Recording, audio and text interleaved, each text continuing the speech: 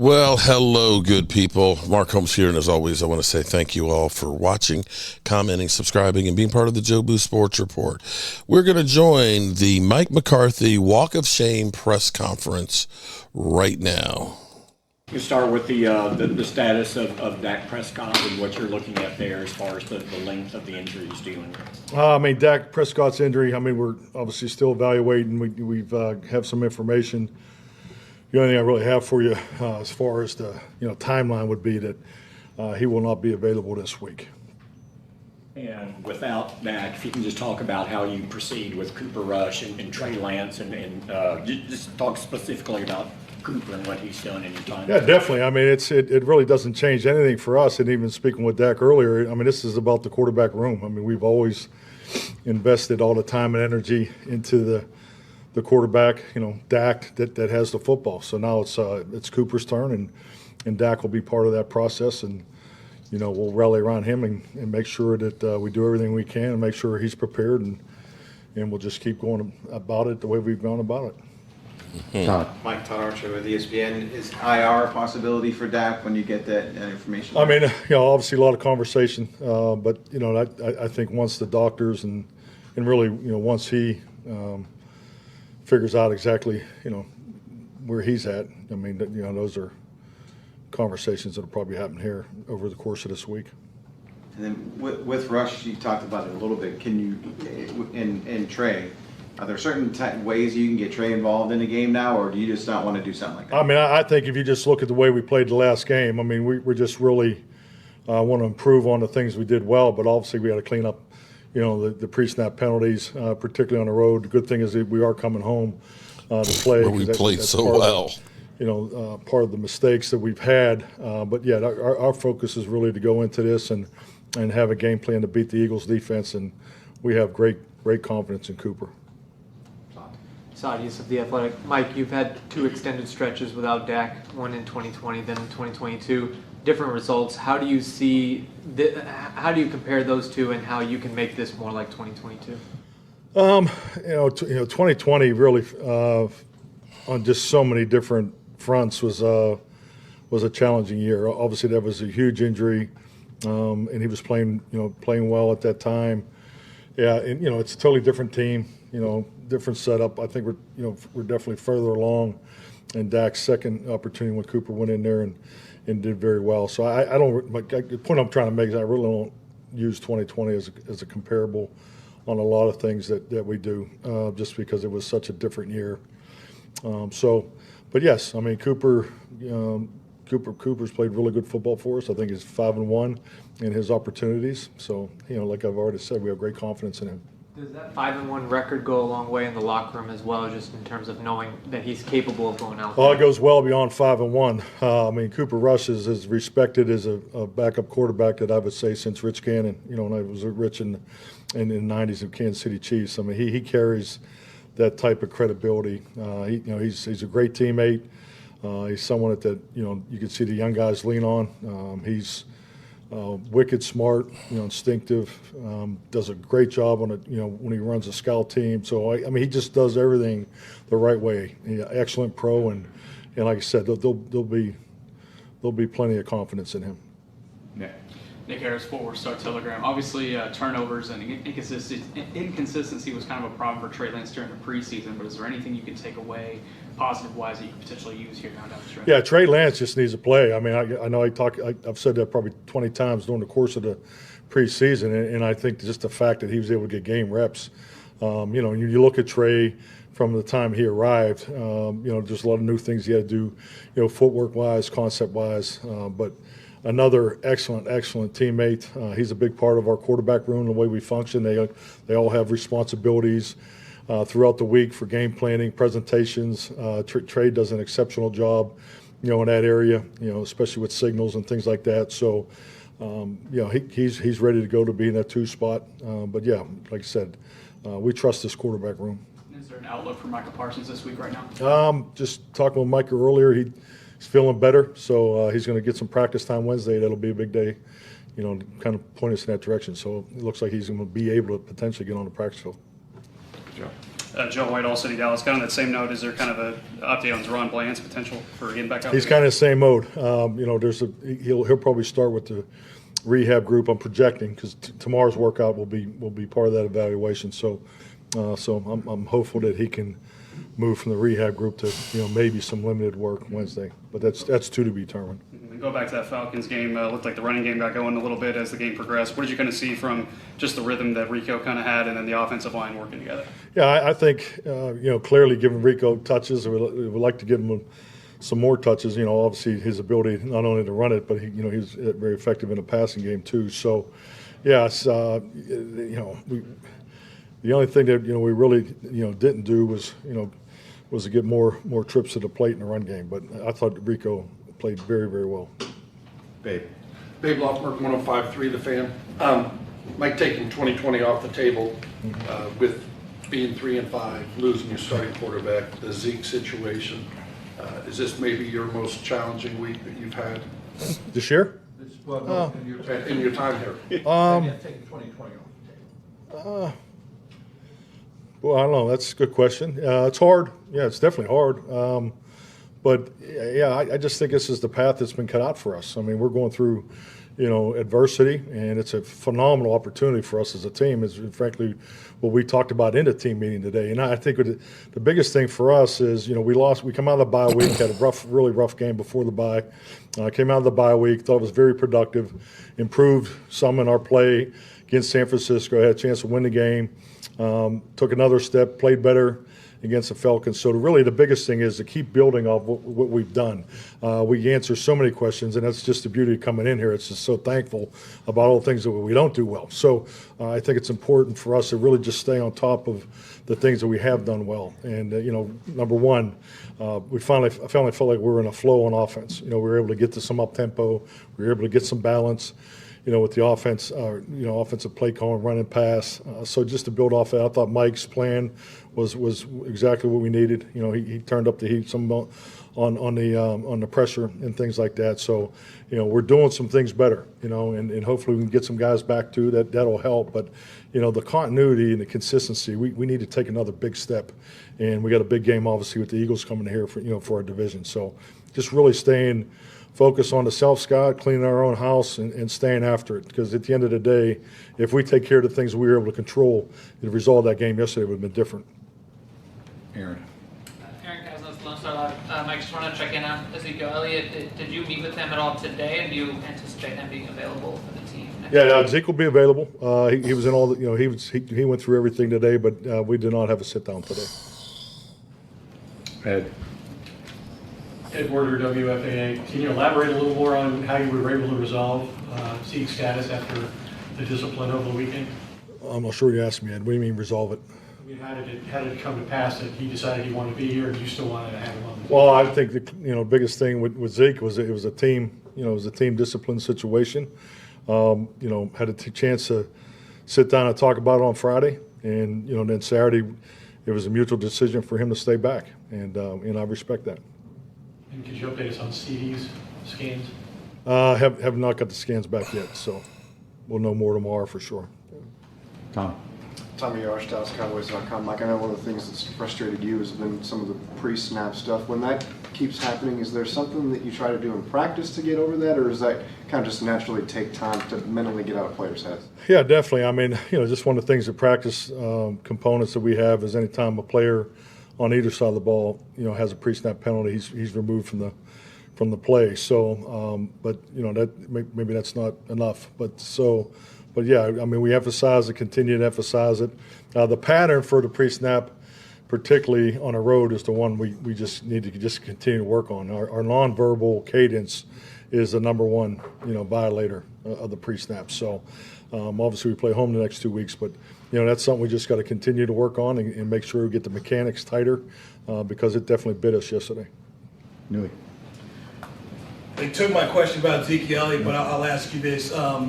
Tomorrow America goes to vote. Do you all talk about the locker room about voting and utilizing their rights here? Yeah, definitely. I mean, I think the league does a really good job of, making sure everybody's aware of it. And I think just like, everybody, it's on everybody's mind. But yeah, I think really the pre-voting, frankly, I think a lot of people have already voted based on the conversations that I've been a part of. Did you vote? Yeah. Not yet. Been busy. Are you registered in Texas or Wisconsin? Texas. I'm a Texas resident. God, how can I get away with it? You know, I mean, Jesus. No, I'm kidding. Brandon. No state taxes here, right? Yeah, that's what I heard. Yeah. So we've heard. Brandon Cooks, he can come off IR this week. He's getting better. Yeah, I've had a chance to visit with him. He's feeling good. But I don't have a status. I mean, he's not a return to the field yet. So, tomorrow's a big day for those guys too. So, hopefully he'll progress this week. Jerry talked after the game about the trade deadline, that there's some things maybe in the mix. What does this team need? Oh, I don't think it's as much as what you need. It's really what's available, and does it help you get better? That's how I've always approached the trade deadline. And obviously I don't have a lot of history of bringing players on at the trade deadline. But yeah, I think if things are right, the value and everything that goes into it. I mean, this is just not a decision based off of this position, that position. It all has to fit together. David. Mike, you're talking about the pre-snap penalties and other things where self-inflicted wounds that you've had this season. When you've had this many injuries as well, is it even more difficult to work through those issues? I mean, I know it's not an excuse, but when you're churning the roster the way you are in certain spots, it seems like a factor in. Well, I mean, that's really the point I continue to make about the continuity and the consistency. I mean, you're always thriving to increase that. And if you look at any time, just use the offense for example. I know the best runs of offense that I've been on. You are in sync. I mean, you're humming. You're playing faster than the other guy. You're getting out of plays.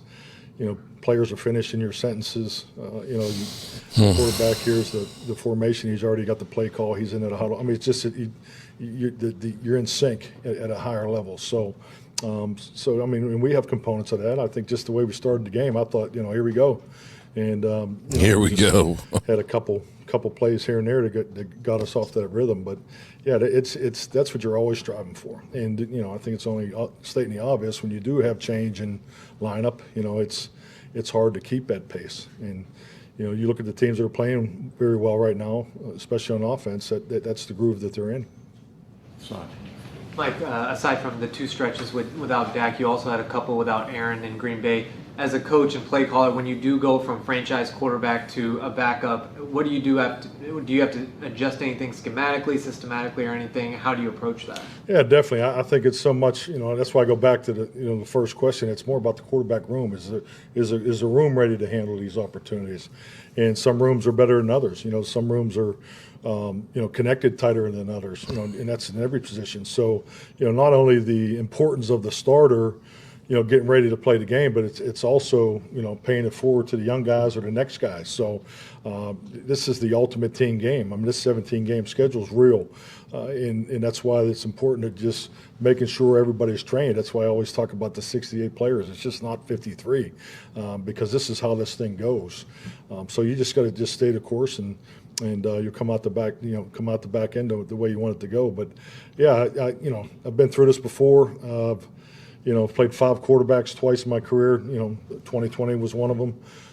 2005 was another. So I've been down this road on different levels. But once again, the preparation and the time spent with these 3 quarterbacks, Dak, Trey, and Cooper, I think will show itself come Sunday. Mike, a few players had mentioned a couple of weeks ago that if you were to take care of divisional opponents, that there might be a chance at the end to sneak into the playoffs. Is that still kind of the resounding feeling, even after a Dak injury like that? Yeah, I think the biggest thing for us is to beat Philadelphia. It's a division game. It's an important game. Yeah, I think that the way these schedules are laid out, all those things will take care of itself if you just stay focused on winning one game at a time. And that's what we need to do. We need to play better, number one, keep it about ourselves.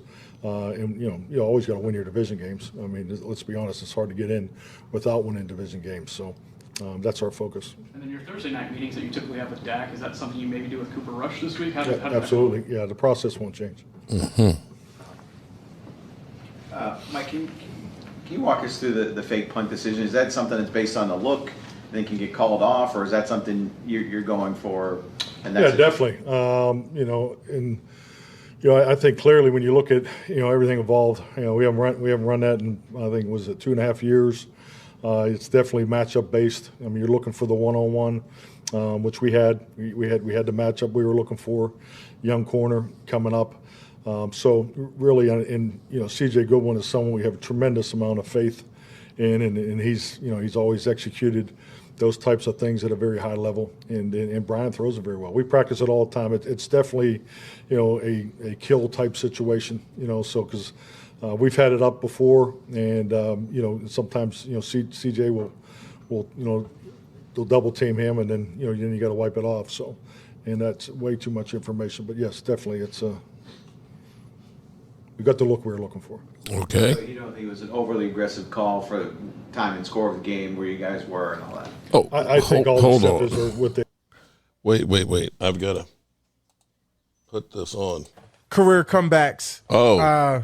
It's just not a question. And at number one, I got to go Patrick Mahomes. Wait a minute. His last two Wait. Super Bowls, obviously comeback wins. He's got Dak at 5 at games, toughest quarterbacks in crunch time. Against Josh Allen. Is he trying to make up for it now that his quarterback's injured? There's no one better to win a game than Patrick Mahomes. I never seen a team in overtime and playoffs get way more comfortable. Playoffs? And you Don't talk about playoffs. Clips and all that, get more comfortable than when Patrick Mahomes has the football in his hands and it's time to go win the game. Point blank, I never see a team. Point blank, period. He just has that it factor. I think he has that Mahomes effect. He has that Brady gene. He just has it, man. And there's not even a question about it. And then you look at the young QBs making play. Drake May made one of the wildest plays you'll ever see in a game. With the game on the line. The clock kicked zeros, and he sent the game to overtime.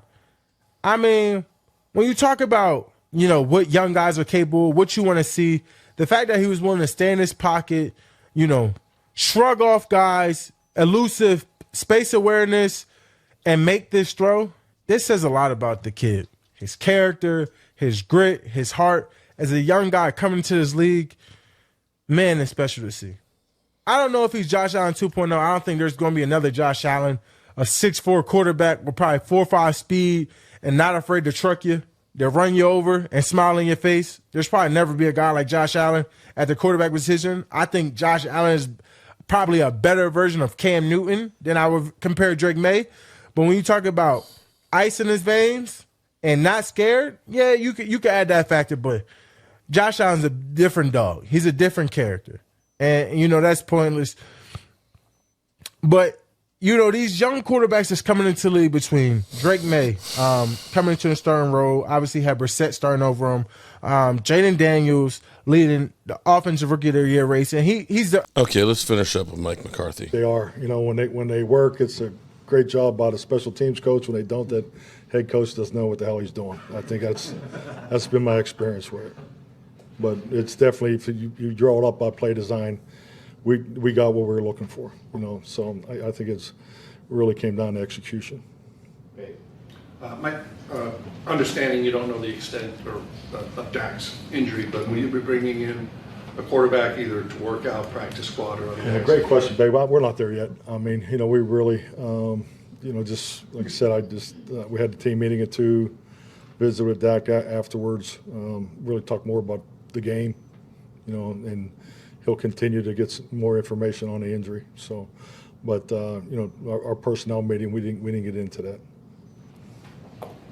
With Lamb, did he further damage it later on when he dove on He's it? going to have more testing tomorrow, so we'll know more tomorrow. But just knowing CD, I don't see him not playing. But but that's why you do the testing. So. All right. Thank you, Mike. Thank you. Okay. All right, so that's Mike McCarthy. Let's go back to. You're the number one pick. You want to make the most crazy plays. Everyone wants to be like, I just think we've been spoiled with the Patrick Mahomes effect, the Josh Allen effects, the we've been spoiled with the Lamar Jackson effect. I think at the NFL in whole, we've been spoiled. The Burrows, the Dak Prescotts, we've been spoiled with these great quarterbacks who make these amazing plays on their feet, make guys miss, scramble, make throws on the run. And now it feels like we're playing a video game and we got to force those plays. If the throw's not right there, throw it away. We forget who the traditional all-time great quarterbacks were. You know, obviously Cam Newton and Michael Vick were before, ahead of the time of now with these guys right now, because we thought they were one-on-ones in their day. But just being a fluent pocket passer, making the pass on time, in rhythm, when they're supposed to be there, and reading the defense and not setting your receivers up for failure. We're forgetting what a traditional quarterback is sometimes. We've been spoiled, and we think that everyone wants to trend on social media. All right, so this video is getting kind of long. So I'm just kind of, okay, so the thing we have to look at with injuries is, they talked about Micah Parsons being back 2 weeks, and this will be 5 weeks if he makes it this week. And they seem to be thinking that they're trending the right way. We heard Deron Bland might be about 3 or 4 weeks, and here it is. We're going into week 11 or week 10, and he's still not back yet, and they're just beginning to get him on the field. So when you hear Dak Prescott, we're out. Well, he's out Sunday, but we don't know. It may be months. This may be that he's done for the season as we sit here. Now, I'm kind of surprised. I guess maybe last week Micah and Diggs' whole conversation was, they just didn't think about talking about that. I don't know. Or maybe they were trying to send a message. But him putting back in crunch time, Dak Prescott, in that list, is this a makeup call? And I, of course, only listened to that little portion that I put out there with you guys. I don't see any guests with him today, and it's come on at 4 o'clock. Usually it's like 5, 6, or 7, so there's no rhyme or reason when this thing is going to be on. But yeah, it's just getting really interesting here for us Cowboy fans. Let me see what else he's talking about before we get out of here. Above the curve of athletic ability. Amazing. But let's not forget what a true quarterback is. You're not a running back. A lot of quarterbacks just want to use their legs and showboat, and now that rushing yards is just be a traditional quarterback, bro. And I'm not saying this to Caleb Williams or to attack. This is a lot of quarterbacks. You don't always have to consistently use your legs or use them when you have to, but some of the greatest quarterbacks didn't have that, and they had multiple Super Bowls. Multiple Hall of Famers at that. So it really just goes to show you that, sometimes I think we're just losing our idea of what a tradition. Okay, I'm going to leave it right there with that, good people. We'll see you tonight for our live stream for Monday Night Football. And as always, I appreciate you guys. Peace out.